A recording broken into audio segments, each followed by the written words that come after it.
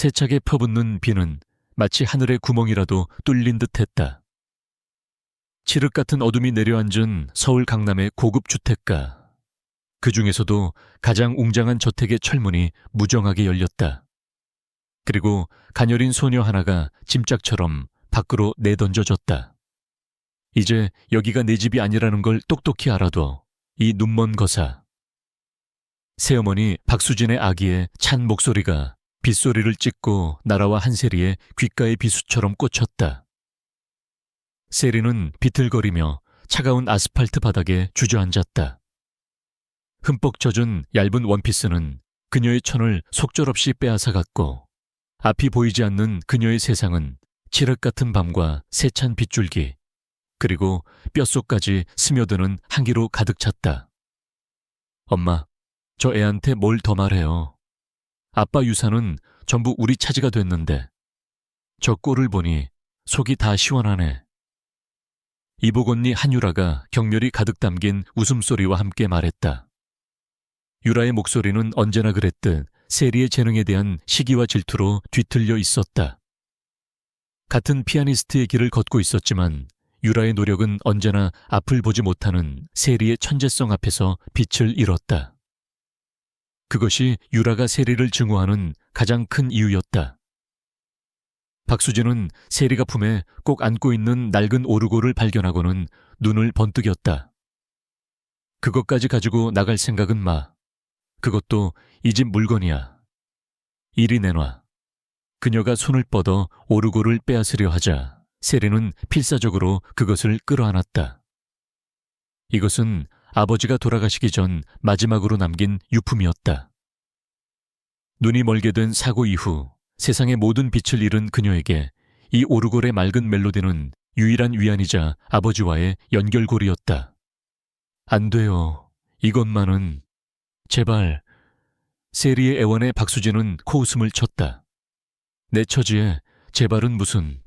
꼴도 보기 싫으니 당장 꺼져 다시는 이 집 앞에 얼씬도 하지 마. 육중한 철문이 쾅 하고 닫혔다. 그 소리는 세리의 세상과 그녀가 자라온 집 사이를 가르는 단두대의 칼날 소리처럼 들렸다. 이제 그녀는 완벽하게 혼자였다. 갈 곳도 의지할 곳도 없었다. 칠흑 같은 어둠 속에서 세차게 쏟아지는 비를 온몸으로 맞으며 그녀는 텅 빈 거리에 버려졌다. 세리는 천천히 몸을 일으켰다. 그녀의 하얀 지팡이가 차가운 바닥을 더듬었다. 어디로 가야 할까? 아무런 생각도 나지 않았다. 그저 이 끔찍한 장소에서 벗어나야 한다는 본능만이 그녀를 움직이게 했다. 그녀는 발걸음을 옮기기 시작했다. 한 걸음 또 한 걸음. 비에 젖은 머리카락이 뺨에 달라붙고 입술은 파랗게 질려갔다. 익숙하지 않은 거리의 소음들이 그녀의 예민한 청각을 파고들었다. 멀리서 들려오는 자동차 경적 소리 바람에 나뭇가지가 부딪히는 소리, 그리고 자신의 심장이 절망적으로 울리는 소리, 모든 것이 혼란스러웠다. 아버지가 계셨더라면, 그 다정했던 목소리로 그녀의 이름을 불러주었더라면. 하지만 이제 그녀의 곁에는 아무도 없었다. 얼마나 걸었을까? 시간 감각마저 무뎌질 무렵 다리에 힘이 풀리면서 그녀의 몸이 앞으로 고꾸라졌다. 품에 안고 있던 오르골이 손에서 미끄러져 나가 대구르르 굴러갔다. 아, 안 돼. 세리는 필사적으로 손을 뻗어 바닥을 더듬었다. 차갑고 거친 아스팔트의 감촉만이 손끝에 와닿았다. 빗물에 섞인 흙냄새가 코를 찔렀다. 바로 그때 손끝에 단단하고 차가운 오르골의 감촉이 느껴졌다. 그녀는 안도의 한숨을 내쉬며 오르골을 다시 품에 꼭 끌어안았다. 그러나 이미 체력은 바닥나 있었다. 의식이 점점 희미해졌다. 쏟아지는 비와 세상의 소음이 아득하게 멀어져 갔다. 그때였다. 어둠을 가르며 날카로운 헤드라이트 불빛 2개가 그녀를 향해 다가왔다. 끼익 하는 날카로운 마찰음과 함께 검은색의 거대한 세단 한 대가 그녀의 바로 앞에서 멈춰 섰다. 최고급 제네시스 G90 차가운 도시의 권력과 부를 상징하는 듯한 차였다. 차의 뒷좌석에는 JK그룹의 총수 강지훈이 앉아 있었다. 그는 막 지독하게 피곤한 이사회 회의를 마치고 돌아오는 길이었다. 가늘고 긴 손가락으로 미간을 짚은 그의 얼굴에는 냉막한 기운이 서려 있었다. 세상 모든 일에 무심하고 오직 목표와 결과만을 중시하는 남자.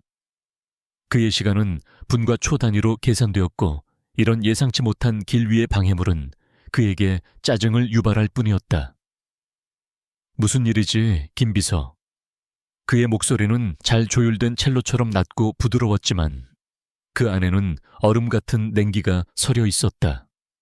회장님, 죄송합니다. 갑자기 사람이 쓰러져 있어서. 운전석에 앉은 김 비서가 당황한 목소리로 대답했다. 강지훈은 무심하게 창밖을 내다보았다. 그의 시야에 빗속에 쓰러져 있는 희미한 형체가 들어왔다. 흠뻑 젖은 채 아스팔트 위에 아무렇게나 버려진 인형 같았다. 신고하고 가도록 해. 감정 없는 목소리로 그가 명령했다. 이런 일에 엮여 시간을 낭비하고 싶지 않았다. 세상에는 불행한 사람들이 널려 있었고 그 모든 이들을 그가 신경 쓸 필요는 없었다.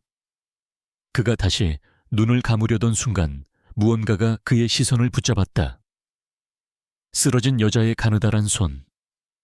칠흑 같은 아스팔트 위에서 유난히 하얗게 보이던 그 손은 낡아빠진 작은 상자 하나를 필사적으로 끌어안고 있었다. 그 처절한 손짓이 마치 세상의 마지막 희망이라도 붙잡으려는 듯한 그 모습이 강지훈의 굳게 닫힌 마음속 어딘가를 건드렸다. 아주 오래전 잊었다고 생각했던 기억의 파편이 수면 위로 떠오르는 듯한 기묘한 감각. 그는 자신도 모르게 나지막이 중얼거렸다. 차 세워. 네, 회장님. 이미 섰습니다만. 차 문 열어. 김 비서는 놀란 눈으로 백미러를 통해 자신의 주인을 쳐다보았다. 피도 눈물도 없는 완벽주의자로 알려진 강지훈 회장이 길에 쓰러진 행인에게 관심을 보이는 것은 전례가 없는 일이었다. 하지만 그는 묵묵히 뒷좌석 문 잠금을 해제했다. 강지훈은 차에서 내렸다. 세찬 비가 그의 값비싼 맞춤 정장을 순식간에 적셨지만 그는 아랑곳하지 않았다. 그는 천천히 쓰러진 세리에게 다가갔다. 가까이에서 본 그녀는 생각보다 훨씬 더 작고 연약해 보였다. 빗물에 젖은 긴 속눈썹이 파르르 떨리고 있었고 핏기 없는 입술이 미세하게 움직였다. 의식을 잃은 와중에도 고통스러운 신음을 뱉어내는 듯했다. 그는 잠시 망설였다. 왜 이러는 걸까? 평소의 자신이라면 절대 하지 않을 행동이었다. 하지만 그는 이 여자를 이 차가운 빗속에 그대로 두고 갈 수 없다는 강한 충동을 느꼈다. 강지훈은 몸을 숙여 조심스럽게 세리를 안아 올렸다. 생각보다 너무나 가벼운 무게에 그의 미간이 미세하게 찌푸려졌다. 여자의 차가운 몸이 그의 청과 만나 미약한 온기를 전달했다. 의식이 거의 남아있지 않던 세리는 마지막 힘을 다해 눈꺼풀을 들어 올리려 애썼다. 그녀의 세상은 여전히 어둠뿐이었지만 후각과 촉각은 어느 때보다 예민하게 깨어났다. 그녀는 자신을 안아 올린 남자의 품에서 나는 낯설지만 좋은 향기를 맡았다. 비에 젖은 흙냄새와는 다른 서늘하면서도 무게감 있는 향수 냄새. 그리고 그의 품은 놀라울 정도로 따뜻했다. 값비싼 원단으로 만들어진 그의 정장 재킷은 차갑게 젖어 있었지만 그 안에 있는 사람의 천은 거짓말처럼 따스했다. 차가움과 따뜻함의 기묘한 공존. 그녀는 희미해져가는 의식 속에서 생각했다. 이것은 꿈일까? 아니면 죽음의 문턱에서 천사를 만난 걸까? 강지훈은 세리를 안고 자신의 차 뒷좌시에 조심스럽게 앉혔다. 그는 자신의 재킷을 벗어 그녀의 차가운 몸을 덮어주었다. 병원으로 가. 그의 짧은 명령에 김 비서는 더 이상 아무것도 묻지 않고 차를 출발시켰다.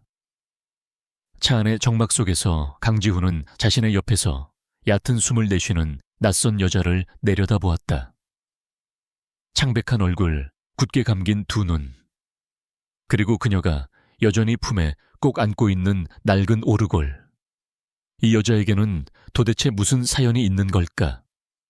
그의 인생에 들어온 이 예상치 못한 변수가 앞으로 어떤 파장을 불러 일으킬지 차갑고 이성적인 남자 강지훈은 아직 알지 못했다. 그는 그저 빗줄기가 만들어내는 창밖의 흐릿한 풍경을 무표정하게 응시할 뿐이었다. 한세리가 의식을 되찾았을 때 그녀를 감싼 것은 축축한 냉기가 아닌 부드럽고 따스한 온기였다. 몸에 착 감기는 이불은 구름처럼 가벼웠고 코끝을 스치는 공기에서는 옅은 라벤더 향이 났다. 빗소리도 자동차 소음도 들리지 않는 완벽한 정적. 그녀는 잠시 이곳이 천국인지 현실인지 분간할 수 없었다. 천천히 몸을 일으켜 앉자 낯선 옷에 감촉이 느껴졌다. 얇고 미끄러운 실크 잠옷이었다. 어젯밤 아니 언제였는지도 모를 그 끔찍한 기억 속에 젖은 원피스가 아니었다. 여기가 어디지? 그녀의 목소리는 작게 갈라져 나왔다. 대답은 없었다. 그녀는 조심스럽게 손을 뻗어 주변을 더듬었다. 손끝에 닿는 것은 최고급 원목으로 만들어진 침대 헤드보드와 빳빳하게 풀을 먹인 호텔식 침구였다. 모든 것이 낯설고 비현실적일 정도로 고급스러웠다. 그때 방문이 조용히 열리는 소리가 들렸다. 세리는 본능적으로 몸을 움츠렸다. 깨어나셨군요, 아가씨. 부드럽고 온화한 중년 여성의 목소리였다. 박수진의 날카로운 목소리와는 전혀 다른 듣는 사람의 마음을 편안하게 해주는 음성이었다. 누구세요? 저는 이 댁의 가사관리인인 안 여사라고 합니다. 회장님께서 아가씨를 모셔오셨습니다. 몸은 좀 어떠신가요? 회장님. 그 단어가 세리의 머릿속을 맴돌았다. 희미한 기억 속 자신을 안아들었던 단단한 팔과 차갑고도 따뜻했던 남자의 품이 떠올랐다. 그 사람이 회장이라는 사람이구나. 저는 괜찮아요. 그런데 제 오르골은 세리는 다급하게 물었다. 그녀에게 남은 유일한 것이었다. 걱정 마세요. 침대 옆 협탁 위에 잘 모셔두었습니다. 안 여사의 말에 세리는 더듬거리며 손을 뻗었다. 곧 손끝에 익숙한 나무 상자의 감촉이 느껴졌다. 그제야 그녀는 안도의 한숨을 내쉬었다. 의사 선생님께서 곧 오실 겁니다. 회장님께서 아가씨의 건강 상태를 확인해보라고 지시하셨습니다. 그리고 식사도 준비해두었으니 먼저 좀 드시는 게 좋겠습니다. 모든 것이 일사천리였다. 마치 잘 짜인 각본처럼. 세리는 그저 안 여사가 이끄는 대로 따를 수밖에 없었다. 잠시 후 도착한 의사는 그녀에게 몇 가지 질문을 하고 간단한 진찰을 했다. 영양실조와 저천증 외에는 큰 이상이 없다는 진단을 내렸다. 식사가 들어왔다. 따뜻한 수프와 부드러운 빵. 세리는 몇 년 만에 처음으로 이렇게 정성스럽고 맛있는 음식을 먹어보는 것 같았다. 음식을 먹는 동안에도 안 여사는 조용히 곁을 지킬 뿐 불필요한 질문은 하지 않았다. 그렇게 며칠이 흘렀다. 세리는 최고급 펜트하우스의 손님용 침실에 머물렀다. 매일 깨끗한 옷이 제공되었고 영양을 고려한 식사가 나왔다. 하지만 이 집의 주인인 강지훈이라는 남자는 단 한 번도 모습을 드러내지 않았다. 세리는 가끔 그의 존재를 느낄 수 있었다. 아주 멀리서 들려오는 묵직한 구두 발자국 소리, 서재 문이 닫히는 낮은 소음, 혹은 공기 중에 희미하게 남아있는 그의 서늘한 향수 냄새. 그는 마치 유령처럼 이 거대한 집 안을 배회하고 있었지만 결코 그녀의 세상과는 섞이지 않았다. 그의 배려는 철저히 간접적이고 사무적이었다. 필요한 모든 것을 제공했지만 그 안에는 인간적인 온기가 조금도 느껴지지 않았다. 세리는 그가 자신을 동정해서 혹은 일시적인 변덕으로 구해줬을 뿐이라고 생각했다. 어쩌면 그는 자신이 구해준 여자의 얼굴조차 기억하지 못할지도 모른다. 그럼에도 불구하고 세리는 이곳에서 난생 처음으로 안전함을 느꼈다. 적어도 비를 맞거나 굶주릴 걱정은 없었으니까. 어느 날 오후 무료함을 견디다 못한 세리는 자신의 방을 나와 집 안을 탐험해보기로 마음먹었다. 하얀 지팡이로 바닥을 짚으며 한 걸음씩 나아갔다. 그녀의 발바닥 아래로 부드러운 카펫과 차가운 대리석의 감촉이 번갈아 느껴졌다. 거대한 공간감 높은 천장, 그리고 완벽하게 통제된 실내 온도. 모든 것이 그녀가 살던 집과는 차원이 달랐다. 그녀는 소리에 이끌려 걸음을 옮겼다. 통유리창에 부딪히는 오후의 햇살이 만들어내는 미세한 공기의 진동, 멀리서 들려오는 도시의 소음이 정제되어 실내로 흘러 들어오는 소리. 그러다 그녀의 발걸음이 탁 트인 넓은 공간 앞에서 멈췄다. 거실인 듯했다. 그리고 그 공간의 한가운데 다른 가구들과는 다른 묵직하고 거대한 존재감을 뿜어내는 무언가가 있었다. 세리는 조심스럽게 다가갔다. 지팡이 끝이 단단한 나무에 닿았다. 그녀는 천천히 손을 뻗어 그 물체를 더듬었다. 매끄럽고 차가운 감촉, 우아한 곡선. 그리고 마침내 그녀의 손끝이 상아로 만들어진 건반에 닿는 순간 그녀는 숨을 멈췄다. 피아노였다. 그것도 아주 오래되고 기품 있는 그랜드 피아노. 그녀는 건반 위를 부드럽게 쓸어보았다. 오랫동안 조율되지 않았는지 몇몇 건반에서는 미세하게 엇나간 음정이 느껴졌지만 피아노 자체는 훌륭하게 관리되고 있었다. 마치 소중한 보물처럼 세리는 자기도 모르게 피아노 의자를 찾아 앉았다. 남의 물건에, 그것도 이렇게 귀해 보이는 물건에 손을 대도 되는 걸까? 망설임이 그녀를 붙잡았다. 하지만 건반이 그녀를 유혹했다. 지난 몇 년간 아버지의 죽음과 시력 상실, 그리고 새어머니와 이복 언니의 학대 속에서 음악은 그녀의 유일한 도피처이자 구원이었다. 결국 그녀는 참지 못하고 건반 위에 손가락을 올렸다. 그리고 첫 음을 눌렀다. 깊고 풍부한, 그러나 어딘가 슬픔을 머금은 소리가 거실의 정적을 깨뜨렸다. 세리는 눈을 감았다. 그러자 그녀의 머릿속에 멜로디가 폭포수처럼 쏟아지기 시작했다. 그것은 유명한 클래식 곡이 아니었다. 그것은 한세리 그녀 자신의 이야기였다. 첫 번째 악장은 절망이었다. 억수같이 쏟아지는 비차가운 거리 사람들의 무관심과 배신의 아픔이 건반 위에서 격정적으로 펼쳐졌다. 불협화음처럼 뒤섞인 감정들이 그녀의 손끝을 통해 폭풍처럼 휘몰아쳤다. 두 번째 악장은 그리움이었다. 돌아가신 아버지에 대한 애틋한 기억, 함께 피아노를 치던 따뜻했던 오후, 그녀의 연주를 들으며 행복하게 미소 짓던 아버지의 얼굴. 멜로디는 한없이 부드럽고 서정적으로 변해듣는 이의 마음을 아련하게 만들었다. 그녀가 품에 안고 다니던 오르골의 멜로디가 변주되어 곡에 녹아들었다. 그리고 마지막 악장은 아주 작은 희망이었다.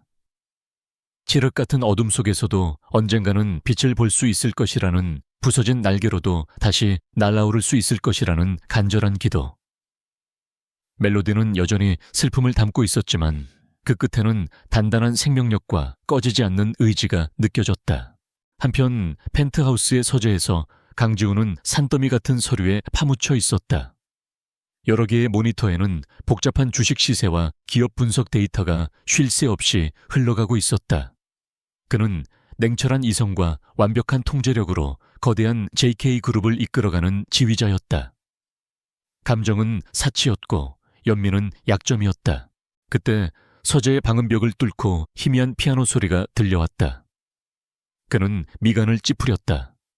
안여색에 집에 있는 동안 최대한 조용히 해달라고 지시했을 터였다. 누구의 부주의인가?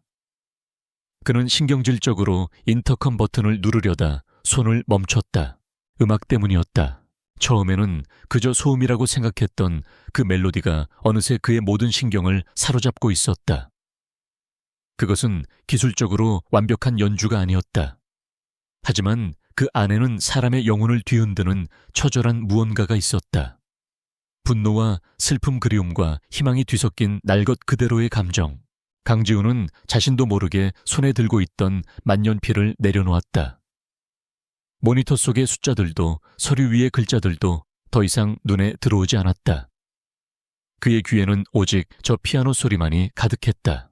특히 곡의 클라이맥스 부분에서 터져나온 격정적인 선율은 마치 굳게 닫아두었던 그의 심장문을 거칠게 두드리는 듯했다. 아주 오래전 그 역시 사랑하는 사람을 잃고 세상 모든 것을 증오했던 시절이 있었다.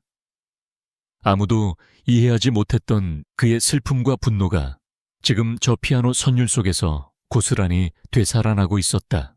그 피아노는 어머니의 유품이었다. 한때 유명한 피아니스트였던 그의 어머니는 그가 어렸을 때 불의의 사고로 세상을 떠났다. 그 후로 강지훈은 누구에게도 마음을 열지 않았고 이 집에서 피아노 소리가 울려 퍼진 것은 수십 년 만에 처음 있는 일이었다. 어머니가 돌아가신 후 그에게 피아노는 그저 고통스러운 기억을 상기시키는 가구에 불과했다. 하지만 지금 저 이름 모를 눈먼 소녀가 연주하는 멜로디는 달랐다. 그것은 상처를 헤집는 것이 아니라 오히려 골마 터진 상처를 부드럽게 감싸 안고 위로하는 듯한 힘을 가지고 있었다. 강지훈은 자리에서 일어났다. 그는 자신도 모르게 서재 문을 열고 소리가 들려오는 곳으로 발걸음을 옮겼다. 복도 끝 거실 입구의 그림자 속에 서서 그는 피아노 앞에 앉은 한세리를 보았다. 커다란 통유리창으로 쏟아지는 오후의 햇살이 그녀의 뒷모습을 부드럽게 비추고 있었다. 눈을 감은 채 온전히 음악과 하나가 된 그녀의 모습은 어딘가 성스럽기까지 했다. 며칠 전 빗속에서 인형처럼 쓰러져 있던 가냘픈 모습과는 전혀 다른 거대한 오케스트라를 지휘하는 메스트로 같은 위엄이 느껴졌다. 그녀는 더 이상 그가 동정심으로 거두어들인 불쌍하고 눈먼 여자애가 아니었다. 그녀는 예술가였다. 자신의 영혼으로 음악을 빚어내는 상처 입었지만 위대한 영혼을 가진 존재였다. 연주가 끝나고 마지막 음의 여운이 공기 중에 부드럽게 흩어졌다. 세리는 한동안 미동도 없이 앉아 있었다. 그녀의 뺨 위로 뜨거운 눈물 한 줄기가 흘러내렸다. 오랫동안 억눌러왔던 감정을 모두 쏟아낸 후에 탈진과도 같은 평온함이 그녀를 감쌌다. 그림자 속에 서 있던 강지훈은 움직이지 않았다. 그는 자신의 심장이 아주 오랜만에 낯선 감정으로 조용히 뛰고 있음을 느꼈다. 얼음장 같던 그의 세상의 한 줄기, 따뜻한 멜로디가 스며들고 있었다. 그의 시선은 오롯이 한세리에게 고정되어 있었다. 그 차가운 눈동자에 아주 미세한 그러나 분명한 변화의 빛이 감돌기 시작했다. 한세리가 강지훈의 펜트하우스에서 조용한 위안을 찾고 있는 동안 그녀가 떠나온 집에서는 탐욕의 그림자가 짙게 깔리고 있었다. 박수진과 한유라는 마치 축제라도 벌이는 듯 집안의 값비싼 물건들을 처분할 계획에 여념이 없었다. 이 그림은 프랑스 유학파 작가의 초기 작품이라 꽤 값을 쳐준다고 하더구나. 그리고 저쪽에 도자기는 박수진은 탐욕스러운 눈으로 거실을 훑으며 감정사와 통화했다. 그녀의 목소리는 세리에게 퍼붓던 악에는 온데간데 없이 교양 있는 사모님처럼 상냥했다. 한유라는 소파에 다리를 꼬고 앉아 지루하다는 듯 손톱을 다듬고 있었다. 엄마, 그런 자잘한 것들 말고 저 피아노부터 어떻게 좀 해봐. 저게 제일 큰 돈이 될 거 아냐. 유라가 턱짓으로 가리킨 곳에는 세리의 아버지가 평생 아꼈던 스타인웨이 그랜드 피아노가 놓여 있었다. 단순한 악기가 아니라 세계적으로도 몇 대 없는 한정판 모델로 수집가들 사이에서는 부르는 게 값일 정도의 물건이었다. 알고 있다, 알고 있어. 벌써 외국의 수집가 몇 군데에 연락을 해뒀으니 곧 좋은 소식이 올 게다. 이 집도 최대한 빨리 팔아버리고 강남의 타워팰리스로 이사가는 거야. 지긋지긋한 한세리의 그림자는 이제 깨끗이 지워버려야지. 박수진의 말에 유라가 비웃음을 터뜨렸다. 그 눈먼 애가 어디 가서 얼어 죽었는지 굶어 죽었는지 아무 소식도 없는 걸 보니 속이 다 시원해. 걔만 없었으면 진작에 이 모든 게 내 차지가 되었을 텐데 이제라도 내 차지가 되었잖니. 넌 이제 마음껏 내 음악을 하면 돼. 최고의 선생을 붙여주고 유럽으로 유학도 보내주마. 한세리 따위는 감히 넘볼 수 없는 최고의 피아니스트로 만들어줄게. 박수진이 유라의 머리를 쓰다듬으며 말했다.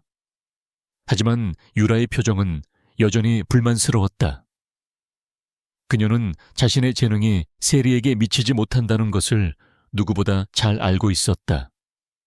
세리는 악보조차 볼 수 없었지만 한 번 들은 곡은 완벽하게 재현해냈고 그녀의 연주에는 사람의 마음을 움직이는 특별한 힘이 있었다. 그것은 노력만으로는 결코 가질 수 없는 신이 내린 재능이었다. 그래봤자 뭘 해. 사람들은 아직도 한세리의 천재성만 기억하는데 내가 아무리 노력해도 사람들은 나를 한세리의 이복 언니로만 볼 거라고. 그래서 그 애를 이 집에서 치워버린 것 아니냐. 이제 세상 사람들은 한세리를 곧 잊게 될 거야. 시간은 우리 편이란다 딸아. 두 여자의 대화에는 한세리에 대한 일말의 죄책감이나 연민도 없었다. 오직 자신들의 욕망을 채우기 위한 계산과 계획만이 존재할 뿐이었다. 그들은 자신들이 저지른 악행의 대가가 얼마나 혹독할지 전혀 상상하지 못한 채 장밋빛 미래를 꿈꾸고 있었다. 같은 시각 JK그룹의 펜트하우스. 강지우는 서재의 거대한 통유리창 앞에 서서 서울의 정형을 내려다보고 있었다.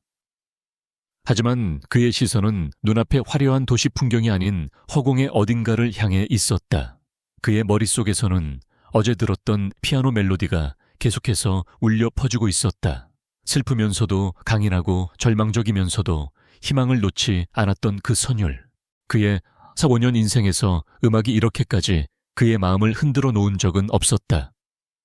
어머니가 돌아가신 이후 그는 의식적으로 음악을, 특히 피아노 연주를 멀리해왔다. 그것은 잊고 싶은 과거의 고통을 되살리는 방아쇠와도 같았기 때문이다. 하지만 한세리의 연주는 달랐다. 그녀의 음악은 그의 잊었던 상처를 아프게 헤집는 대신 그 위에 따뜻한 위로의 손길을 얹어주는 듯했다. 처음으로 그는 다른 사람의 고통에 깊이 공감했고 그 고통의 근원을 알고 싶다는 강한 충동을 느꼈다. 그는 비서실 직통 전화를 들었다. 김 비서, 내 사무실로. 곧 노크 소리와 함께 신뢰감 있는 인상의 김 비서가 들어왔다. 그는 강지훈이 JK그룹을 맡기 전부터 그를 보좌해온 신복 중의 신복이었다. 부르셨습니까, 회장님? 강지훈은 창밖으로 시선을 고정한 채 말했다. 그의 목소리는 여느 때처럼 낮고 차분했지만 그 안에는 새로운 무게감이 실려 있었다. 객실에 있는 여자, 한세리. 그 여자에 대해 알아봐. 가족관계 과거 어떻게 길에 쓰러지게 됐는지. 아주 사소한 것 하나까지 전부. 단 절대 들키지 않게 조용히 처리하도록. 김 비서의 눈이 순간 미세하게 커졌다. 회장이 개인적인 일로, 그것도 길에서 데려온 정체모를 여자에 대해 뒷조사를 지시한 것은 처음 있는 일이었다. 하지만 그는 프로였다. 자신의 놀라움을 결코 겉으로 드러내지 않았다. 알겠습니다, 회장님. 즉시 처리하겠습니다. 김 비서가 조용히 서재를 나간 후에도 강지훈은 한동안 그 자리에 서 있었다. 그는 천천히 걸어가 책상 서랍 중 하나를 열었다. 자물쇠로 잠겨있던 서랍이었다. 그 안에는 낡은 가죽 앨범 하나가 들어있었다. 그는 앨범을 꺼내 조심스럽게 펼쳤다. 앨범의 첫 페이지에는 환하게 웃고 있는 아름다운 여인의 사진이 있었다. 그와 꼭 닮은 눈매를 가진 여자, 그의 어머니였다. 사진 속 그녀는 피아노 앞에 앉아 있었고 그녀의 무릎에는 어린 강지훈이 앉아 함께 건반을 누르고 있었다. 순간 그의 머릿속에 봉인해두었던 기억이 선명하게 되살아났다. 따스한 햇살이 들어오던 거실 공기를 가득 채우던 감미로운 드뷔시의 달빛. 어머니의 손가락은 건반 위에서 춤을 추었고 어린 지훈은 그 모습을 넋을 잃고 바라보았다. 어머니의 품은 세상에서 가장 안전하고 따뜻한 곳이었다. 그녀의 음악은 어린 지훈의 세상 그 자체였다. 하지만 그 행복은 오래가지 않았다. 빗길 교통사고, 칠흑 같은 어둠 속에서 들려오던 비명 부서지는 금소금 그리고 모든 것을 집어삼킨 침묵. 그는 기적적으로 살아남았지만 어머니는 그의 눈앞에서 숨을 거두었다. 그날 이후 세상의 모든 소리는 의미를 잃었고 피아노는 더 이상 아름다운 소리를 내는 악기가 아닌 끔찍한 비극의 상징이 되어버렸다. 강지훈은 씁쓸한 미소를 지으며 앨범을 덮었다. 자신은 어머니처럼 되지 못할 거라고 생각했다. 타인의 슬픔에 공감하고 음악으로 사람을 위로하는 그런 따뜻한 사람. 그는 스스로의 마음을 차가운 얼음 성벽 뒤에 가두고 오직 성공과 결과만을 좇으며 살아왔다. 그런데 한세리가 나타났다. 그녀의 음악이 그의 얼음 성벽에 작은 균열을 내기 시작했다. 이틀 후 김비서가 두툼한 파일을 들고 회장실을 찾았다. 지시하신 내용입니다. 강지훈은 파일을 받아들고 천천히 넘기기 시작했다. 파일 안에는 한세리의 삶이 고스란히 담겨 있었다. 존경받는 음대 교수였던 아버지 한동수 어른, 어릴 때 병으로 돌아가신 친어머니, 그리고 그녀의 인생을 송두리째 바꾼 교통사고. 보고서에는 당시 사고 기록이 첨부되어 있었다. 빗길에 미끄러진 트럭이 중앙선을 넘어와 그녀의 가족이 탄 차를 들이받았다. 이 사고로 그녀는 시력을 잃었고 운전을 하던 아버지는 평생 죄책감 속에서 살아야 했다. 강지훈의 손이 잠시 멈칫했다. 자신과 너무나도 닮은 비극이었다. 보고서는 계속되었다. 아버지는 딸을 돌보기 위해 1년 후 박수진과 재혼했다. 박수진은 딸 한유라를 데리고 들어왔다. 서류상으로는 아무런 문제가 없어 보이는 가족이었다. 하지만 김 비서가 첨부한 뒷조사 자료는 전혀 다른 이야기를 하고 있었다. 박수진은 재혼 전부터 거액의 도박 빚과 사치로 인한 채무에 시달리고 있었다. 한동수 교수의 재산을 노리고 의도적으로 접근했을 가능성이 매우 높았다. 한 교수가 갑작스러운 심장마비로 사망한 시점도 의심스러웠다. 그리고 그가 죽자마자 박수진은 기다렸다는 듯이 모든 재산을 자신의 명의로 돌리고 한세리를 집에서 내쫓았다. 파일의 마지막 장에는 박수진 모녀가 현재 한동수 교수의 유품인 스타인웨이 피아노와 저택을 처분하기 위해 여러 중개인과 접촉하고 있다는 정보가 적혀 있었다. 강지훈이 파일을 덮었을 때 그의 얼굴은 얼음처럼 차가웠다. 하지만 평소의 무심한 냉기가 아니었다. 그 안에는 들끓는 분노가 서려 있었다. 한 인간이 다른 인간에게, 그것도 가족이라는 이름 아래 어떻게 이렇게까지 잔인해질 수 있는지. 그의 분노는 단지 한세리에 대한 연민 때문만은 아니었다. 박수진 모녀의 탐욕스러운 모습 위로 과거 자신의 집안 재산을 노리고 접근했던 친척들의 얼굴이 겹쳐 보였다.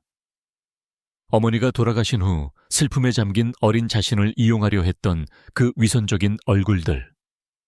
그는 그들을 모두 자신의 힘으로 쳐냈다.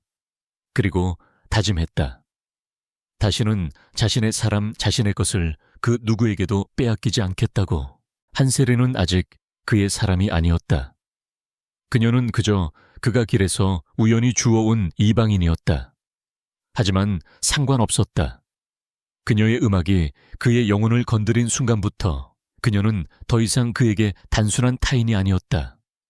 그리고 그의 영역에 들어온 사람을 멋대로 짓밟는 것은 강지훈이라는 남자가 결코 용납할 수 없는 일이었다. 그는 조용히 수화기를 들었다. 나다. 적하 보험무팀의 오 변호사, 지금 당장 내 사무실로 들어오라고 해. 차가운 분노가 그의 머릿속에서 명확한 계획으로 바뀌고 있었다. 박수진과 한유라는 자신들이 건드린 상대가 누구인지, 그리고 자신들의 탐욕이 어떤 대가를 치르게 될지 곧 뼈저리게 느끼게 될 것이었다. 이것은 더 이상 단순한 동정이 아니었다. 명백한 응징의 시작이었다. 강지훈은 행동하는 남자였다. 계획이 서자 그는 단 한순간도 지체하지 않았다. 그의 첫 번째 단계는 한세리에게 복수의 칼을 쥐어주는 것이 아니라 그녀 스스로 일어설 수 있는 무대를 만들어주는 것이었다. 재능 있는 예술가에게 가장 필요한 것은 동정이 아닌 기회라는 것을 그는 잘 알고 있었다. 그는 거실에서 들려오는 피아노 소리를 따라갔다. 한세리는 며칠 전과 마찬가지로 피아노 앞에 앉아 있었다. 하지만 그녀가 연주하는 곡의 분위기는 사뭇 달라져 있었다. 이전의 연주가 절망과 슬픔의 폭풍이었다면 지금의 연주는 상처를 보듬고 스스로를 치유하려는 듯한 조심스럽고 따뜻한 온기를 담고 있었다. 강지우는 일부러 작은 헛기침을 하며 자신의 존재를 알렸다. 연주에 몰두해 있던 세리의 손가락이 멈칫했다. 그녀는 소리가 들려온 쪽으로 고개를 돌렸다. 회장님이신가요? 그녀의 목소리에는 긴장감이 서려 있었다. 이 집의 주인이 그녀에게 말을 건 것은 이번이 처음이었다. 마이소 한세리스. 강지우는 천천히 그녀에게 다가갔다. 그의 목소리는 여전히 감정이 배제된 채였지만 이전처럼 차갑게 느껴지지는 않았다. 그는 본론으로 들어갔다. 매년 JK그룹에서는 자선 행사를 개최하오. 국내외 정재계 인사들이 모두 모이는 중요한 자리지. 올해 행사에서 특별 공연을 기획하고 있는데 그 무대에 한세리 씨가 서줬으면 하오. 세리의 얼굴이 하얗게 굳었다. 무대. 수많은 사람들 앞에서의 공연. 그녀가 시력을 잃은 후 가장 두려워하게 된 단어였다. 앞이 보이지 않는 상태에서 낯선 피아노와 보이지 않는 청중을 마주해야 한다는 공포는 상상 이상이었다. 이복 언니 한유라가 퍼붓던 악담이 환청처럼 귓가에 맴돌았다. 눈미운 주제의 피아노는 무슨 사람들 웃음거리나 될 뿐이라고. 저는 못해요 해요. 할 수 없습니다. 세리는 자기도 모르게 뒷걸음질 쳤다. 그녀의 목소리가 가늘게 떨렸다. 저는 사람들 앞에 설 수 없어요. 저는 그냥 뭐요. 강지훈이 그녀의 말을 잘랐다. 그의 목소리에는 희미한 날이 서 있었다. 그냥 눈먼 여자니까 평생 그림자 속에 숨어 살기라도 하겠다는 거요. 당신을 내쫓은 그 여자들이 원하는 게 바로 그거일 텐데. 그의 직설적인 말은 비수처럼 세리의 가슴에 박혔다. 당신의 재능은 숨겨지기엔 너무 아까워. 그건 당신 자신뿐만 아니라 당신의 음악을 들을 자격이 있는 사람들에 대한 기만이기도 하오. 그는 한 걸음 더 다가섰다. 이건 동정이 아니오, 한세리 씨. 거래에 가깝지. 당신은 JK그룹의 행사를 빛내줄 최고의 아티스트고 JK그룹은 당신에게 세상에 당신의 존재를 알릴 최고의 무대를 제공하는 거요. 당신을 짓밟은 자들에게 당신이 죽지 않고 살아있다는 것, 그리고 그들보다 훨씬 더 높이 날아오를 수 있다는 것을 증명해 보일 기회이기도 하고. 그의 말에는 조금의 감상도 섞여 있지 않았다. 철저히 논리적이고 이성적인 제안이었다. 하지만 이상하게도 그 어떤 따뜻한 위로의 말보다도 세리의 마음을 강하게 움직였다. 그는 그녀를 동정의 대상인 장애인으로 대한 것이 아니라 동등한 파트너인 아티스트로 대하고 있었다. 그녀의 약점이 아닌 그녀의 강점을 똑바로 바라보고 있었다. 세리는 한참 동안 아무 말도 하지 못했다. 두려움과 망설임이 그녀의 마음속에서 격렬하게 싸웠다. 하지만 강지훈의 마지막 말이 그녀의 결심을 굳히게 했다. 증명해 보일 기회. 그렇다. 이대로 숨어 지낸다면 박수진과 한유라의 뜻대로 되는 것이다. 그녀는 더 이상 도망치지 않을 것이다. 알겠습니다. 할게요. 그 무대. 작지만 단단한 목소리로 그녀가 대답했다. 그 순간 강지훈의 입가에 누구도 눈치채지 못할 만큼 아주 희미한 미소가 스쳐 지나갔다. 그날 이후 펜트하우스는 분주해졌다. 강지훈은 국내 최고의 조율사를 불러 며칠에 걸쳐 어머니의 낡은 피아노를 최상의 상태로 만들었다. 안 여사는 유명 디자이너들의 드레스 수십 벌을 가져와 세리가 직접 만져보고 선택하게 했다.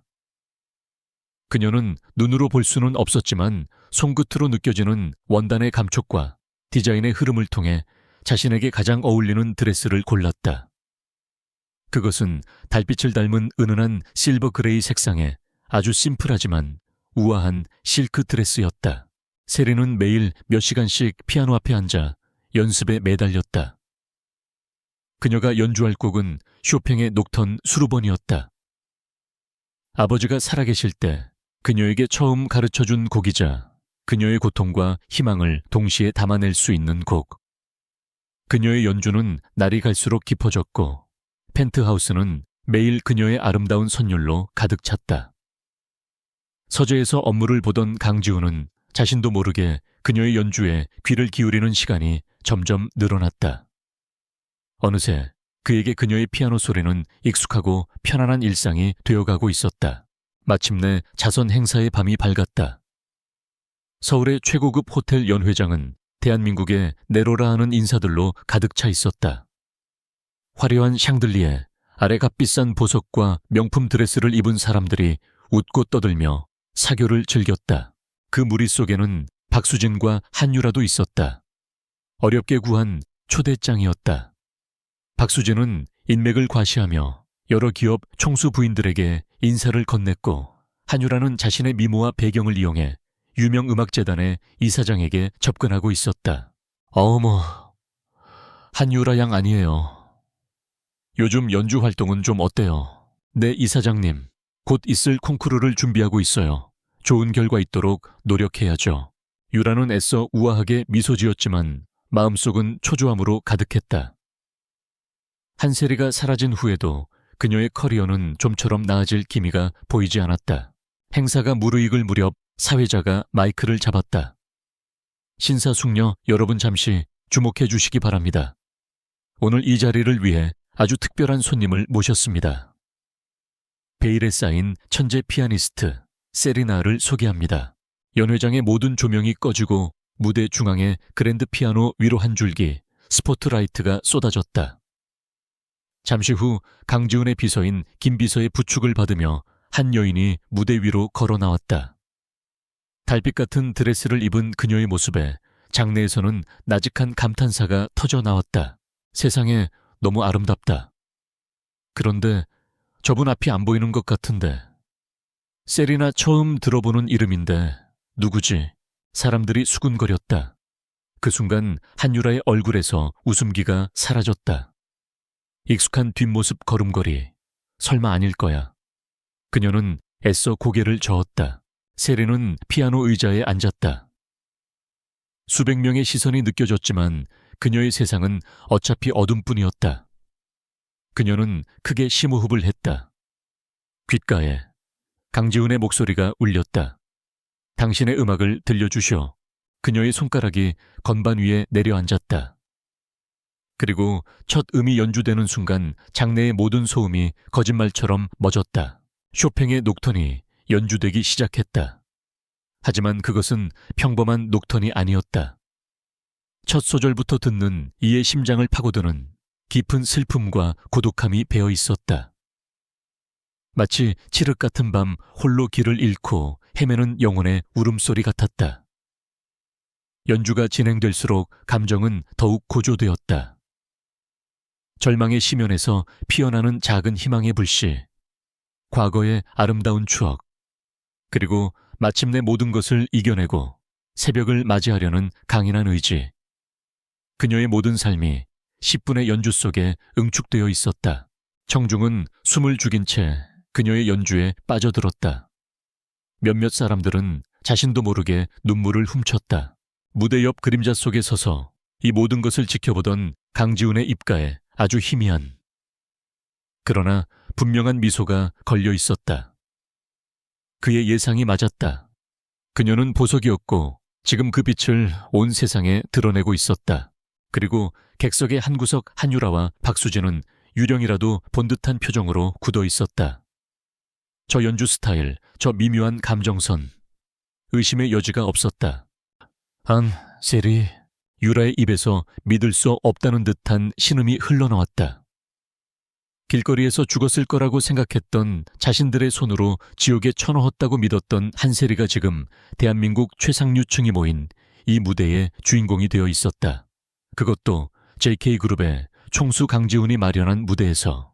연주가 끝나고 마지막 음의 여운이 사라지자 폭풍과 같은 박수갈채가 터져 나왔다. 모든 사람이 기립하여 찬사를 보냈다. 세리는 조용히 일어나 허리를 숙여 인사했다. 스포트라이트 아래 그녀의 얼굴에는 두려움 대신 평온하고 단단한 자신감이 깃들어 있었다. 그 모습을 바라보는 유라의 얼굴은 질투와 분노로 하얗게 질려 있었다. 그녀는 자신의 두 주먹을 피가 나도록 꽉 쥐었다. 돌아온 것이다. 그녀의 인생에서 가장 증오하고 경멸했던 존재가 가장 화려하고 강력한 모습으로 그녀의 눈앞에 다시 나타난 것이다. JK그룹의 자선 행사가 끝난 다음 날, 대한민국은 새로운 이름 하나로 떠들썩했다. 세리나 세리나. 하룻밤 사이에 혜성처럼 나타난 베일에 쌓인 피아니스트. 그녀의 신비로운 등장은 언론과 대중의 호기심을 폭발시켰다. 에어둠 속에서 피어난 천상의 멜로디, 천재 피아니스트 세리나 정력 데뷔. JK그룹 강지훈 회장이 직접 발굴한 신데렐라 그녀는 누구인가? 눈을 감고 마음으로 연주하다. 관객을 울린 감동의 무대. 온라인 뉴스 포털과 소셜미디어는 온통 그녀에 대한 이야기로 도배되었다. 행사장에서 몰래 촬영된 그녀의 연주 영상은 순식간에 수백만 뷰를 돌파했고, 사람들은 그녀의 정체와 과거에 대해 온갖 추측을 쏟아냈다. 그녀의 시각장애는 동정의 대상이 아니라 그녀의 천재성을 더욱 돋보이게 하는 신비로운 요소로 작용했다. 이 모든 광경을 박수진과 한유라는 자신들의 집 거실에서 지옥에라도 떨어진 듯한 표정으로 지켜보고 있었다. 태블릿 PC 화면에 떠있는 한세리의 사진과 그녀를 향한 찬사들. 그것들은 비수처럼 날아와 두 여자의 심장을 후벼 팠다. 말도 안 돼. 말도 안 돼. 한유라가 태블릿을 소파에 집어던지며 소리쳤다. 그녀의 얼굴은 질투심으로 흉하게 일그러져 있었다. 어떻게 저 눈먼 애가, 어떻게 강지훈 회장의 눈에 들 수가 있는 거야. 흙탕물 속에서 뒹굴다 사라졌어야 할 애가. 박수진은 딸처럼 이성을 잃지는 않았지만 그녀의 얼굴 역시 불안과 분노로 굳어 있었다. 강지훈. 대한민국에서 그 이름을 모르는 사람은 없었다. 냉혹한 카리스마와 막강한 부, 그리고 철저한 사생활 관리로 유명한 남자. 그런 남자가 왜 하필 한세리를, 진정해 유라야, 이럴 때일수록 머리를 써야 해. 박수진이 낮게 말했다. 강지훈이라는 남자가 어떤 사람인지 알아. 여자 문제로 스캔들 한 번 없던 사람이야. 그런 남자가 갑자기 저런 애를 데려다 무대에 세웠다. 세상 사람들이 뭐라고 생각하겠니? 유라의 눈이 번뜩였다. 엄마 말은 비번하지. 박수진의 입가에 악랄한 미소가 걸렸다. 불쌍한 장애인을 이용한 이미지 메이킹이거나 아니면 더러운 스폰서 관계거나. 우리는 그 점을 파고드는 거야. 한세리가 실력으로 무대에 선 게 아니라 몸으로 강지훈을 유혹해서 얻어낸 자리라고 소문을 퍼뜨리는 거지. 시각장애도 동정심을 사기 위한 쇼일지도 모른다고 말이야. 그것은 지옥에서나 나올 법한 악독한 계획이었다. 하지만 두 여자에게는 일말의 망설임도 없었다. 그날부터 익명의 온라인 커뮤니티와 상류층 부인들의 비밀 채팅방을 중심으로 악성 루머가 퍼지기 시작했다. 그 피아니스트 진짜 맹인 맞나요? 연기하는 것 같던데. 강지훈 회장 취향 참 독특하네. 저런 애를 파트너로 삼다니. 어차피 저런 관계는 오래 못 가. 곧 버려질걸. 루머는 꼬리에 꼬리를 물고 눈덩이처럼 불어났다. 대중의 찬사는 순식간에 의심과 조롱으로 변질되기 시작했다. 세리의 연주 실력보다는 그녀와 강지훈의 관계에 대한 가십이 사람들의 주된 관심사가 되었다. 펜트하우스 안에 한세리는 이 모든 소동을 알지 못했다. 하지만 그녀는 공기의 미묘한 변화를 감지할 수 있었다. 자신을 대하는 안 여사의 태도가 어딘가 조심스러워졌고 가끔 들려오는 TV 뉴스 소리도 이전과는 달랐다. 그녀는 불안했지만 감히 물어볼 용기는 나지 않았다. 그러던 어느 날 한유라가 폭탄처럼 그녀의 세상에 쳐들어왔다. 유라는 JK그룹 본사 건물의 보안을 뚫기 위해 아버지의 이름을 팔았다. 한동수 교수의 딸입니다. 위독하신 아버지의 유언 때문에 꼭 만나야 할 사람이 있습니다. 그녀의 절박한 연기에 속아 넘어간 로비 직원은 결국 그녀를 펜트하우스 전용 엘리베이터로 안내했다. 딩 하는 소리와 함께 엘리베이터 문이 열리고 유라는 거침없이 안으로 들어섰다. 때마침 안 여사는 잠시 장을 보러 나간 후였다. 집 안에는 셀이 혼자였다. 그 꼴이 아주 가관인의 한 셀이 얼음장처럼 차가운 목소리가 거실의 정적을 깨뜨렸다. 셀이는 피아노 앞에 앉아 있다가 화들짝 놀라 자리에서 일어났다. 너무나도 익숙한 그녀의 영혼을 갉아먹던 목소리. 애언니, 그래 나다. 유라는 성큼성큼 세리에게 다가와 그녀의 앞에 섰다. 그녀의 눈에서는 시뻘건 질투에 불길이 타오르고 있었다. 아주 좋은 집에 사네. 여기가 강지훈 회장 댁인가 그래. 그 남자 침대는 좀 어때? 너 같은 눈먼 애를 만족시켜주기엔 충분하던 모욕적인 말들이 쏟아졌다. 세리의 얼굴이 창백해졌다. 그런 거 아니야. 언니가 생각하는 그런 관계 아니라고. 아니긴 뭐가 아니야. 유라가 날카롭게 소리쳤다. 그럼 뭔데? 네가 가진 게 뭐가 있다고. 강지훈이 너한테 이런 걸 해줘. 내 불쌍한 눈. 아니면 네가 밤마다 연주해주는 그 지겨운 피아노 소리. 말해봐 뭘 주고 이걸 얻었어. 유라는 이성을 잃고 세리의 팔을 거칠게 잡아챘다.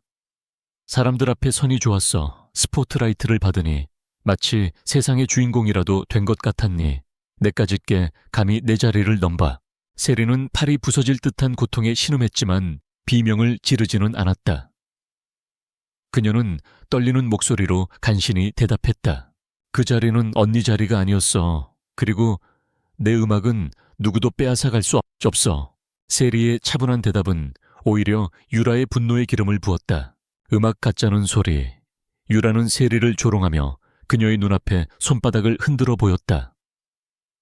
이것 봐. 넌 아무것도 못 보잖아. 넌 평생 어둠 속에서 살아야 할 운명이야. 그런데 감히 빛을 탐내 강지훈이 너를 언제까지 곁에 둘 것 같아 장난감이 질리면 버리는 것처럼 너도 곧 버려질 거야. 이 차가운 거리로 다시 내쫓기게 될 거라고. 유라는 일부러 세리 옆에 있던 화병을 바닥으로 밀어뜨렸다. 와장창 날카로운 파열음과 함께 사방으로 유리 파편이 튀었다. 세리는 본능적으로 몸을 움츠렸다. 왜 무서워? 네가 할 수 있는 건 고작 이런 거잖아. 아무것도 보지 못하고 듣기만 하면서 벌벌 떠는 거.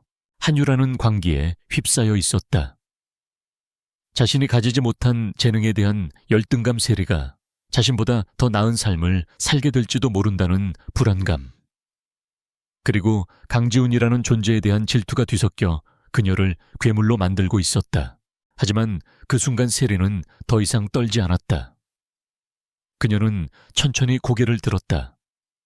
그녀의 두 눈은 초점을 잃은 채 허공을 향해 있었지만 그 안에는 이전에는 볼 수 없었던 단단한 빛이 깃들어 있었다. 언니는 참 불쌍한 사람이구나. 뭐라고?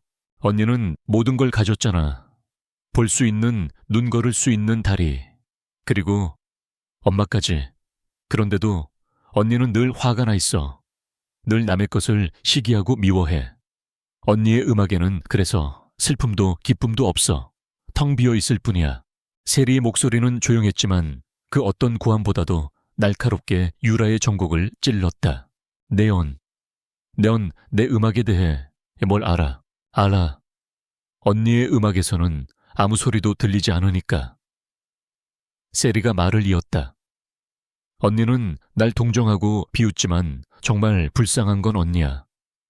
언니는 평생 진짜 자신의 소리를 내지 못할 테니까. 언니가 나한테서 모든 걸 빼앗아갔다고 생각하겠지만 가장 중요한 건 절대 못 가져가. 내 음악 말이야. 그건 언니가 평생 가질 수 없는 나의 유일한 빛이니까. 유라는 세리의 말에 얼굴이 불그락푸르락해졌다. 감히 이 눈먼 계집애가 자신을 동정하고 가르치려 들다니. 분노가 머리끝까지 치밀어 오른 그녀는 손을 번쩍 들어 세리의 뺨을 내리치려 했다. 바로 그 순간이었다. 현관문 디지털 도어록이 해제되는 소리가 들렸다. 그리고 곧 얼음처럼 차가운 남자의 목소리가 거실 전체를 울렸다. 지금 내 집에서 뭘 하는 거지? 강지훈이 돌아온 것이다. 그의 시선은 세리의 팔을 붙잡고 손을 쳐든 한유라에게, 그리고 바닥에 깨진 화병 조각들에게 차갑게 꽂혀 있었다. 그의 얼굴은 무표정했지만 그 눈동자 속에서는 폭풍 전야의 고요함 같은 무서운 분노가 일렁이고 있었다. 강지훈의 목소리가 울려 퍼지는 순간 거실의 공기는 그대로 얼어붙었다. 한유라의 얼굴에서는 핏기가 사라지고 세리의 뺨을 향해 쳐들었던 손은 허공에서 어색하게 멈췄다. 그녀는 마치 마네킹처럼 굳어버렸다. 세상의 모든 소음이 멎고 오직 강지훈의 차가운 시선만이 모든 것을 지배했다. 강지훈은 소리치지 않았다. 그럴 필요가 없었다. 그는 천천히, 그러나 위압적인 기세로 방 안으로 들어섰다. 그의 발걸음 소리 하나하나가 유라의 심장을 옥죄는 듯했다. 그는 바닥에 흩어진 유리 조각과 세리의 팔에 남은 붉은 손자국을 차례로 훑어본 후 시선을 다시 유라에게 고정했다. 내 집에서 내 사람에게 지금 무슨 짓을 하는 거냐고 물었다. 그의 목소리는 조용했지만 그 안에는 화산이 폭발하기 직전의 용암 같은 분노가 담겨 있었다. 내 사람. 그 두 단어는 유라의 귀에 천둥처럼 울렸다. 회 후장님, 이건 오해입니다. 저는 그냥 제 동생이랑 대화를... 유라는 당황하여 횡설수설 변명을 늘어놓기 시작했다. 하지만 강지훈은 그녀의 말을 들을 생각이 없었다. 오해. 그의 입계에 멸시가 담긴 냉소가 어렸다. 내 음악만큼이나 변명도 형편없군. 네가 가진 그 천박한 질투심으로 여기까지 기어들어와서 버린 짓을 감히 오해라고 말하는 건가? 그는 유라에게서 시선을 뗀 채 주머니에서 휴대폰을 꺼내 단축번호를 눌렀다. 보안팀, 35층으로 올라와. 내 집에 무단 침입한 쓰레기가 있다. 쓰레기. 그 한마디가 유라의 마지막 남은 자존심까지 산산조각 냈다. 그녀의 얼굴이 수치심과 분노로 일그러졌다. 당신이 뭔데 나한테 이래. 쟤는 내 동생이야. 우리 집안 문제라고. 동생 강지훈이 코웃음을 쳤다. 가족이라는 이름으로 상처를 주고 재산을 빼앗고 길거리로 내쫓는 걸 집안 문제라고 부른다면 내 방식대로 처리해주는 수밖에. 다시는 한세리 씨 앞에 나타나지 마. 만약 너나 내 어머니가 그녀 근처에 다시 한번 얼씬거린다면 내들이 가졌다고 착각하는 그 모든 것을 잃게 만들어주지. 이건 경고가 아니라 약속이다. 그의 말은 서늘한 칼날처럼 유라의 심장에 박혔다. 그녀는 깨달았다. 강지훈은 지금 농담을 하는 것이 아니었다. 그의 눈은 진심이었다. JK그룹의 총수가 마음만 먹으면 자신들 모녀의 인생을 송두리째 무너뜨리는 것쯤은 식은 죽 먹기보다 쉬운 일일 것이다. 잠시 후 건장한 보안 요원 2명이 도착했다. 그들은 강지훈의 턱짓에 따라 망연자실해 있는 유라의 양팔을 붙잡았다. 이거 놓으라고. 한셀이 너 후회하게 될 거야. 내가 가만 안 둬. 유라는 발악하며 끌려나갔다. 그녀의 추한 비명소리가 닫히는 현관문 너머로 희미하게 사라졌다. 거실에는 다시 정적이 찾아왔다. 하지만 이전의 평화로운 정적이 아닌 폭풍이 휩쓸고 지나간 후에 무거운 침묵이었다. 강지훈은 그제야 세리에게로 시선을 돌렸다. 그녀는 여전히 그 자리에 선 채 미세하게 몸을 떨고 있었다. 그는 바닥에 널린 유리 조각들을 보았다. 세리는 신발을 신고 있지 않았다. 맨발이었다. 움직이지 마시오. 그의 목소리는 아까와는 달리 한결 부드러워져 있었다. 그는 조심스럽게 유리 조각을 피해 그녀에게 다가갔다. 그리고 망설임 없이 그녀를 번쩍 안아들었다. 갑작스러운 행동에 세리는 작은 비명을 질렀다. 그녀의 몸이 순간 굳어졌다. 유리 조각을 밟을 수 있으니 실례하지. 그는 세리를 안아 소파에 조심스럽게 앉혔다. 그리고 나서야 유라가 잡아챘던 그녀의 팔을 살폈다. 하얀 팔뚝에 선명하게 남은 붉은 손자국, 그의 미간이 깊게 패였다. 그는 말없이 구급 상자를 가져왔다. 그리고 서툰 손길로 연고를 꺼내 그녀의 팔에 발라주기 시작했다. 거대한 그룹을 이끄는 냉철한 회장의 손길이라고는 믿을 수 없을 만큼 조심스럽고 어딘가 어색한 손길이었다. 세리는 아무 말도 하지 못했다.